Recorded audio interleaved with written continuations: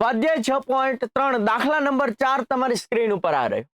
ચલો જોજો, હું તમને વ્યવસ્થિત રીતે સમજાવવાની ટ્રાય કરું છું કે અહીંયા પીએસ ને થોડીક વાર ભૂલી જાઓ અને ટીઆર ને થોડીક વાર ભૂલી જાઓ. એટલે કે હું આમાંથી આટલું બહાર કાઢું છું. જોજો એટલો આમાંથી ખાલી આટલો ત્રિકોણ બહાર કાઢું છું. પી ક્યુ આર, પી ક્યુ આર જ ખાલી બહાર કાઢ્યો છે. કયો બહાર કાઢ્યો છે? પી ક્યુ આર. આવું તમને આપેલું છે. ખૂણો 1 અને ખૂણો 2 સરખા છે. હવે તમે ધોરણ 9 માં 7.3 પ્રમેયમાં એવું ભણી ગયા હતા કે જો આ બે ખૂણા સરખા હોય તો બાકીની બે બાજુ એટલે કે PQ અને PR પણ સરખી જ હોય, એવું આપણે સાબિત પણ કર્યું. ધોરણ 9 માં 7.3 પ્રમેય જો થોડુંક યાદ દેવડાવું. 7.2 પ્રમેય એવો હતો કે આ બે બાજુ સરખી હોય તો આ બે ખૂણા સરખા જ હોય. 7.3 પ્રમેય એવો હતો કે આ બે ખૂણા સરખા હોય તો આ બે બાજુ સરખી થાય. એનો આપણે અહીંયા ઉપયોગ કરવાનો છે. ફરીવાર કે જો આ બે બાજુ સરખી હોય તો આ બે ખૂણા સરખા થાય, આ બે ખૂણા સરખા હોય તો આ બે બાજુ સરખી થાય, જેનો આપણે ઉપયોગ કરવાનો છે. સામસામેની બાજુ કેવી થાય? સરખી થાય. ઓકે, તો અહીં આપણને શું આપેલું છે? અહીં આપણને ખૂણો 1 અને ખૂણો 2, અહીં આપણને ખૂણો 1 અને ખૂણો 2 સરખા આપેલા છે. જો ખૂણો 1 અને ખૂણો 2 સરખા હોય ને તો હું PQ બરાબર PR લખી શકું. સામસામેની બાજુ કેવી હોય? સરખી હોય. ખૂણા 2 ની સામેની બાજુ બરાબર ખૂણા 1 ની સામેની બાજુ કેવી હોય? સરખી. ઓકે, અહીંયા લખી શકાય સામસામેની બાજુ કેવી હોય? સરખી. તો PQ બરાબર PR. તમે PR ની જગ્યાએ PQ લખી શકો છો. આનો મતલબ એવો છે. આને હું સમીકરણ 1 આપી દઉં. શું આપી દઉં? સમીકરણ 1.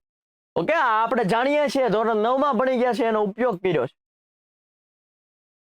બે ખૂણાઓ સરખા હોય તો સામસામેની બાજુઓ પણ સરખી જ હોય. 7.3 પ્રમાણે ધોરણ 9 માં ભણી ગયા છે.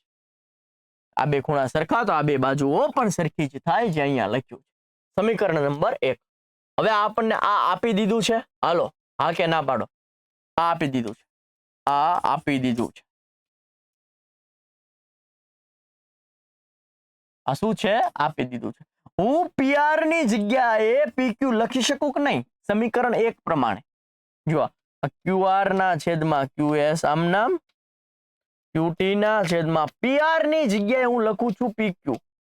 PR ની જગ્યાએ શું લખું છું? PQ લખું છું. સમીકરણ 1 પ્રમાણે. સમીકરણ 1 પરથી હું આવું લખી શકું. ઓકે, હવે પાછા અહીંયા જતા રહીએ કે આપણે આ બે ત્રિકોણ જે છે, આ બે ત્રિકોણ, એ બે ત્રિકોણને સમરૂપ સાબિત કરવા છે. એક છે PQS, એક કયું ત્રિકોણ છે? PQS. એક આ ત્રિકોણ છે. બીજું ત્રિકોણ કયું છે? કે આપણી પાસે જે બીજું ત્રિકોણ જે છે એ છે TQR. અહીંયાથી લઈને જો TQR આ. તો તમને એક તો મળી ગયું. જો QR ના છેદમાં QS, QR ના છેદમાં QS, આ મોટું ત્રિકોણ ના છેદમાં નાનું ત્રિકોણ, QR ના છેદમાં QS બરાબર QT ના છેદમાં PQ, QT ના છેદમાં PQ. આ મળી ગયું. જો એટલે બાજુઓ તો આવી ગયા અને વચ્ચેનો ખૂણો Q છે ને, Q, આ વચ્ચેનો ખૂણો Q એ બંને ત્રિકોણમાં આવે છે, કોમન છે, સામાન્ય છે. વચ્ચેનો ખૂણો Q જે છે ને, Q બરાબર Q. વચ્ચેનો ખૂણો Q જે છે, વચ્ચેનો ખૂણો Q કેવું છે? કોમન છે, સામાન્ય છે, બંનેમાં આવે છે. ઓકે, તો અને એ ખૂણો Q છે ને આની અને આની વચ્ચે આવે છે, એટલે બા ખુ બા, બે બાજુ અને એક ખૂણો, અને આ ખૂણો બે બાજુની વચ્ચે આવે છે, એટલે બાખુબા પ્રમેય પ્રમાણે, બાખુબા પ્રમેય પ્રમાણે હું બંને ત્રિકોણને સમરૂપ કહી શકું છું. ઓકે, કયું? તો કે PQS સમરૂપ PQR. ચેક કરી લ્યો. QR upon QS થવું પડે, QR upon QS થઈ ગયું. QT upon PQ થવું પડે, QT upon PQ થઈ ગયું. Q એ Q જ હોવું જોઈએ, Q એ Q જ છે. થઈ ગયું સાબિત. જો ફરીવાર જો કે આપણી પાસે ખૂણો 1 અને ખૂણો 2 સમાન આપેલા છે. આ બે ખૂણા સરખા હોય તો આ બંને બાજુઓ પણ સરખી જ થાય. ઓકે, સમીકરણ નંબર 1. આપણને આ આપેલું છે એ લખ્યું. પીઆર ની જગ્યાએ હું પીક્યુ લખી શકું. પીઆર ની જગ્યાએ હું શું લખી શકું? પીક્યુ લખી શકું. આ બે બાજુ મળી ગઈ ને વચ્ચેનો ખૂણો તો હરખો જ છે, કોમન છે, સામાન્ય છે. અહીંયાથી આ લ્યો તોય આ જ ખૂણો આવે, અને ઠેઠ ઉપરથી આ લ્યો તોય આ જ ખૂણો આવે.